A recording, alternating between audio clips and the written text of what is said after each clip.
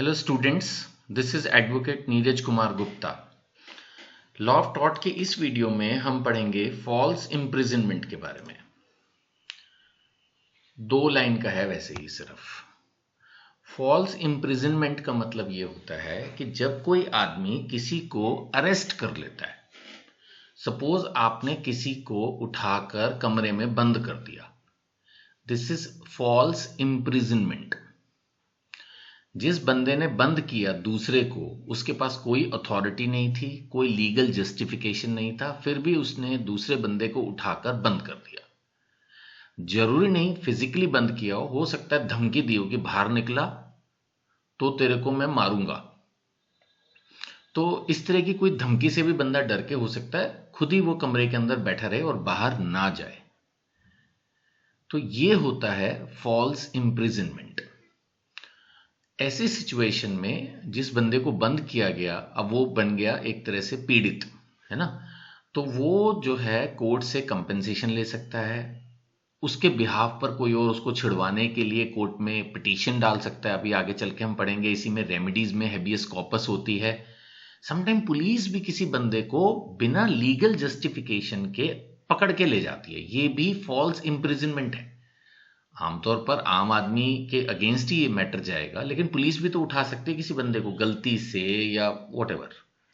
तो in that situation also, अब उसको तो उठा ही लिया, तो उसके बिहाफ पर कोई जाकर कोर्ट में एक पिटीशन लगाएगा। हाई कोर्ट, सुप्रीम कोर्ट में लगती है हैबियस कॉर्पस की कि भाई उस बंदे को रिलीज किया जाए, या फिर कोर्ट में लाकर उसका जस्टिफिकेशन बताया जाए कि क्यों इसको बंद कर दिया गया है।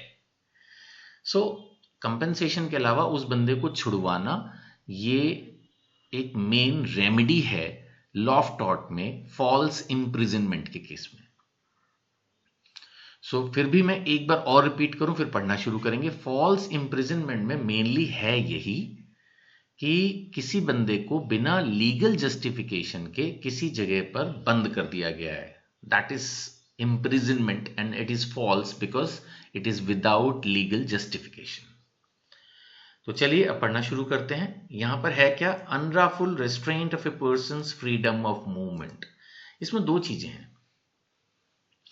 पहला है अनलॉफुल रेस्ट्रेंट, यानी कि अनलॉफुल, कानूनी तौर पर वो सही नहीं था। अब एक आदमी ने माना चोरी किए, भाग रहा है, चोर चोर चोर चोर, तो आप उसको पकड़ के रखोगे ही। जब आप लॉ ऑफ क्राइम्स पढ़ोगे, उसके प्रोसीजर्स पढ़ोगे, तो आप पढ़ोगे कि ये अलाउड होता है।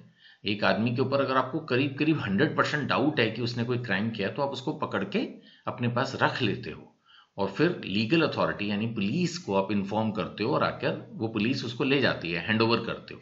सो but that is a lawful detention. Here we are talking about unlawful restraint. एक आदमी को आपने रोक दिया, अनलॉफुल, कोई लीगल जस्टिफिकेशन नहीं था। For a persons freedom of movement, उसकी वो मूवमेंट आपने खत्म कर दी। देखो, हर एक के पास personal liberty and freedom of movement है। इस दुनिया में जितने भी लोग हैं उन सबके पास पर्सनल लिबर्टी है। राइट टू लाइफ में आएगा ही आराम से। अब कहीं भी कोई भी जा सकता है, अनलेस कि आप माना आप बोलो जी मेरे को तो प्रेसिडेंट हाउस में घूमना अंदर जाके, वो ऐसे नहीं होता है। बट इन जनरल किसी भी आदमी को कहीं भी घूमने की फ्रीडम है। तो आप किसी को इस तरह से बंद करके नहीं रख सकते। अगर आपने किसी को रॉन्गफुली कन्फाइन किया है, इसको रॉन्गफुल कन्फाइनमेंट भी बोलेंगे।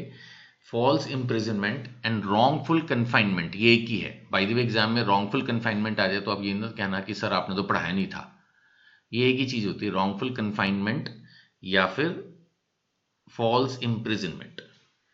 बेसिकली अगर आपने किसी बंदे को पकड़ के कहीं सेट कर दिया कि अब तू यहां से जाएगा नहीं, so that is wrongful confinement या false imprisonment. Now it's considered a serious violation of personal liberty.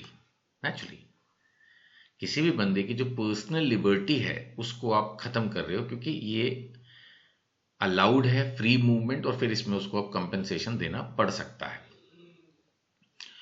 अगर हम मीनिंग की बात करें तो it is the unlawful restaurant of a person against his will.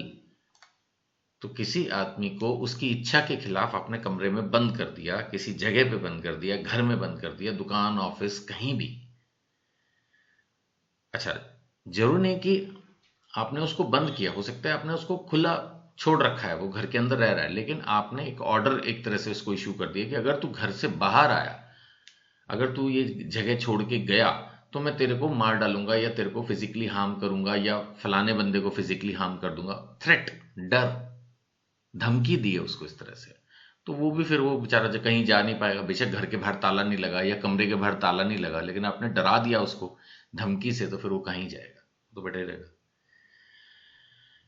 ये चीज भी इसमें डिस्कस हो रही है कि कंप्लेंट मस्ट बी पार्शियल, और sorry, complaint must be complete, restraint must be complete, I am sorry for the fumble. Restraint must be complete, मतलब एक बंदे को ये नहीं है कि हमने ये कह दिया कि तू यहां नहीं जाएगा वहां नहीं जाएगा, उसको फिर फॉल्स इंप्रिजनमेंट नहीं बोलेंगे।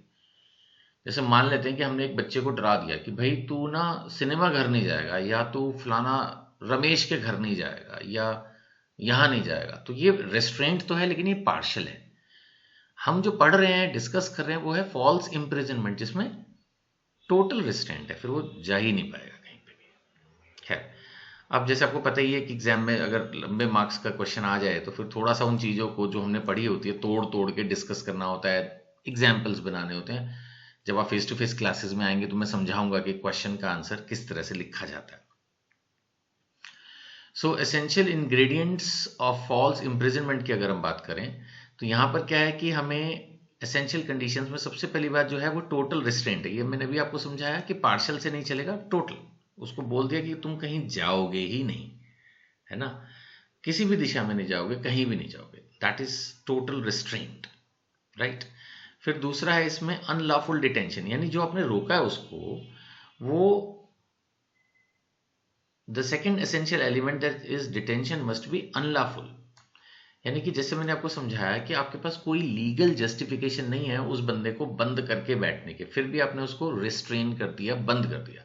अगर आपके पास कोई रीजन है, रीजन टू बिलीव है कि उसने क्राइम किया है, तो फिर आप पकड़ के उसको पुलिस में दे सकते हो, पुलिस एकदम तो आ नहीं जाएगी, तो आप उसको इम्प्रिजन कर सकते हो। नाउ अगर लीगल जस्टिफिकेशन है, अब जैसे एक एग्जांपल दिया हुआ है, पुलिस ऑफिसर में lawfully arrest a person under legal authority, अब वो तो अरेस्ट करती है ना, लेकिन वो फॉल्स इम्प्रिजनमेंट नहीं है। बट समटाइम पुलिस भी लीगल प्रोसेस फॉलो नहीं करती, तो वो भी अनलॉफुल डिटेंशन है, अनलॉफुल इम्प्रिजनमेंट हो जाएगी। जो कानून का तरीका है, लीगल अथॉरिटी के जो रीजंस हैं अरेस्ट के किसी पर्सन के, इवन पुलिस को भी वो सारे प्रोसीजर आगे चल के आप पढ़ोगे, जैसे माना उनको रीजंस बताने होते हैं या पहले एक नोटिस देना हो, अलग अलग चीजें हैं। इसके बारे में मैं ब्रीफ में नहीं बता पाऊँ क्योंकि अरेस्ट एक बहुत बड़ी चीज है, तो फिर जब हम पढ़ेंगे लॉ ऑफ क्राइम्स और उससे रिलेटेड प्रोसीजर्स, तभी इसको मैं डिटेल में बोलूंगा, नहीं तो आप बोल दोगे सर तब आपने ऐसा बोला था, और आप भी कंफ्यूज हो गए, मेरे को पकड़ लोगे, चलो उससे तो कुछ नहीं होना। सो बेटर रहेगा कि जब हम अरेस्ट लॉ ऑफ क्राइम पढ़ेंगे तब इसको डिटेल में पढ़ लेंगे।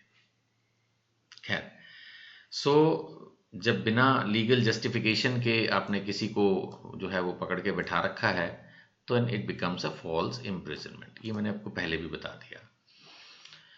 नाउ इंटेंशन क्या है आपकी? Intention of defendant is to restrain, intention वही है। गलती से अगर आपसे बंदा बंद हो गया तो बात अलग है। सपोज आपको पता ही नहीं था कि बंदा अंदर बैठा हुआ है और आप बाहर से ताला लगा के चले गए, गलती से, एरर भी तो किसी से हो ही सकती है, एट द मोस्ट देन ये नेग्लिजेंस है या फिर एरर है। लेकिन फॉल्स इंप्रिजनमेंट क्या है कि आपकी इंटेंशन थी, जानबूझ के आपने उसको बंद किया है, आप उसको रिस्ट्रेन करना चाहते थे, that is the point. Now knowledge of the plaintiff, ये कह रहा है कि कई बार ऐसा हो सकता है कि प्लेंटिफ को भी नहीं पता था। सपोज एक आदमी सो रहा है, अब वो सो रहा है तो जैसे आमतौर पर होता है शाम के समय तो खासकर लोग सोते हैं रात को, तो 8 घंटे के लिए सो जाते हैं। अब आपने मान लेते हैं किसी को ताला लगा दिया बाहर से और उसको पता ही नहीं है कि मेरे को इस तरह से लॉक कर दिया गया है, उसको नहीं पता, लेकिन तब भी चाहे उसकी नॉलेज नहीं थी, लेकिन उसकी बिना नॉलेज के भी आपने एक तरह से उसको जेल किया, तो भी ये फॉल्स इंप्रिजनमेंट में फॉल करेगा और कंपेंसेशन देना पड़ सकता है। हो सकता है उसको कोई दिक्कत नहीं हुई क्योंकि आप ताला लगा के आ गए, दूसरे बंदे ने आपको चेक कर लिया, देख लिया दूर से कि इसने इंप्रिजन किया है, 2-4 घंटे के बाद जिद्दोजहद करके बहस करके आपसे वो ताला खुलवा दिया। जो अंदर सो रहा था उसको पता ही नहीं है, it is not in the knowledge of plaintiff, लेकिन फिर भी उसको फॉल्सली विदाउट लीगल जस्टिफिकेशन इंप्रिजन किया गया। सो दैट इज वाई उसके पास कंपेंसेशन लेने का राइट है और ये एरर माना ही जाएगा। लीगल जस्टिफिकेशन तो है ही नहीं, तभी तो ये है ही last point, absence of lawful justification. वो अगर हो तो फिर फॉल्स इंप्रिजनमेंट ही का है, वो तो कोई दिक्कत नहीं है। अब हम लास्ट मोस्ट इंपॉर्टेंट एस्पेक्ट पे आ रहे हैं और वो है रेमेडीज। रेमेडीज क्या है फॉल्स इंप्रिजनमेंट की? रेमेडीज यही है, सबसे पहले तो एक्शन फॉर डैमेजेस, पूरा लॉ ऑफ टॉर्ट डैमेजेस की ही बात करता है। The word damages means compensation, एक तो आपको कंपेंसेशन मिल सकता है और दूसरी रिलीज फ्रॉम डिटेंशन, ये तो होगा ही होगा। बाकी एक थोड़ी टिपिकल रेमेडी है जो इतनी आसान नहीं होती, हेबियस कॉर्पस। जहां तक हेबियस कॉर्पस का सवाल है, ये हाई कोर्ट सुप्रीम कोर्ट में एक रिट पिटीशन लगाई जाती है। इसमें होता क्या है, एक आदमी कोर्ट में पहुंच जाता है, ठीक है। अब नेचुरली आपको सर वो तो बंद है, वो कैसे जाएगा? तो इसलिए द प्लेंटिव और समवन ऑन हिज बिहाफ, एक तरह से कोई उसके बिहाफ पर ही जाएगा, क्योंकि वो तो बंदी है, चाहे जेल में बंद है, चाहे किसी बंदे की प्राइवेट जेल में बंद है, उसने अपने घर में ही बंद कर रखा है। अब इसमें होगा क्या है, तो ये ध्यान रखना है कि ये जो पिटीशन है ये हाई कोर्ट या सुप्रीम कोर्ट में ही लगती है। That is very important to remember कि हेबियस कॉर्पस की जो ये पिटीशन है, केस फाइल करना समझ लो, एप्लीकेशन लगाना समझ लो, कोर्ट के सामने जब एप्लीकेशन लगाई जाती है तो पिटीशन बोलते हैं। सो ये पिटीशन जो फाइल होनी है ये हाई कोर्ट सुप्रीम कोर्ट में ही होनी है, पहले तो ये समझ लो। अब इसमें होगा क्या कि इसमें गवर्नमेंट अथॉरिटी को यानी पुलिस को ये इंस्ट्रक्शन दी जाएगी कि भाई इस बंदे को मेरे सामने पेश करो। अब अगर वो किसी प्राइवेट पर्सन की डिटेक्ट उसमें है, डिटेंशन में, तो वहां से तो फिर पुलिस को फोर्स यूज करके उसको रिलीज करके कोर्ट के सामने पेश करना होगा। अगर पुलिस ने खुद ही अरेस्ट कर रखा है तो फिर वो कोर्ट के सामने उसको पेश करेंगे और जस्टिफिकेशन बताएंगे कि क्यों हमने इसको डिटेन किया हुआ है।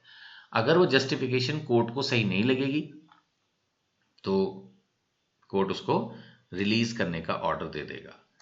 तो प्रैक्टिकल लाइफ में ये पुलिस के खिलाफ भी काफ़ी यूज़ होती है। जब एक बंदे को अरेस्ट कर लिया जाता है और जो जिसको अरेस्ट किया गया उसके फैमिली मेंबर्स को ये क्लियर होता है कि ये अनलॉफुल डिटेंशन है, तो वो कोर्ट में जाकर उस बंदे को रिलीज कराने के लिए ये प्रोसेस यूज़ करते हैं। तो इससे आपको ये भी नॉलेज मिलती है कि भाई पुलिस कोई फाइनल अथॉरिटी नहीं होती, वो भी अगर लीगल प्रोसेस के बगैर किसी बंदे को अरेस्ट कर लेती है तो उसको आप कोर्ट में ये हेबियस कॉर्पस की पिटीशन लगा के छुड़वा सकते हो। वो बात अलग है कि भाई हाई कोर्ट में जाना पड़ेगा मिनिमम, तो अब हाई कोर्ट भी हर शहर में तो होता नहीं है ना। अब अगर हम जैसे बात करें दिल्ली की, तो दिल्ली में ही हाई कोर्ट है ना। लेकिन अगर हम हरियाणा की बात करें तो उनका हाई कोर्ट चंडीगढ़ में है, तो इसका मतलब पूरे हरियाणा में किसी को अगर ये दिक्कत हो तो पहले उसको चंडीगढ़ जाके लगाना पड़ेगा ये। बट कम से कम एक प्रोसेस है, राइट। तो आप सब ये हेबियस कॉर्पस मेरे ख्याल से ये अनलॉफुल डिटेंशन जो मैंने था ये आपको पूरा पढ़ा दिया, और फिर भी कोई डाउट हो तो आप पूछ सकते हैं। और मैंने हमेशा से आपको ये चीज़ बोली है कि आप जो है अपनी फेस टू फेस क्लासेस का रजिस्ट्रेशंस करवा लीजिए। इतना बड़ा स्पेस नहीं है मेरे पास, तो जिन लोगों ने पहले रजिस्ट्रेशन करवाया होगा उन्हीं को क्लासेस मिल पाएंगे एग्जामिनेशन डेज में। और बुक खरीदनी है तो भी नंबर दिया है। कोई डाउट है तो आप यूट्यूब पर वीडियो देख रहे हो तो वहीं कमेंट कर दीजिए, मैं आपके क्वेश्चन का आंसर देने की कोशिश करूंगा। इसके अलावा मैंने प्रैक्टिकल नॉलेज सीरीज भी शुरू की हुई है जिसके अंदर कुछ, क्योंकि आई एम एन एडवोकेट तो कुछ प्रैक्टिकल टिप्स भी मैं देता हूँ।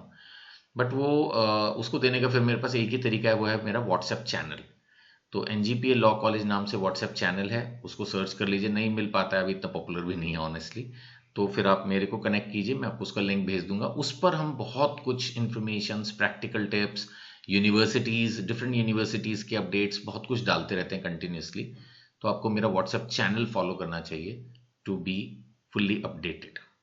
Thank you.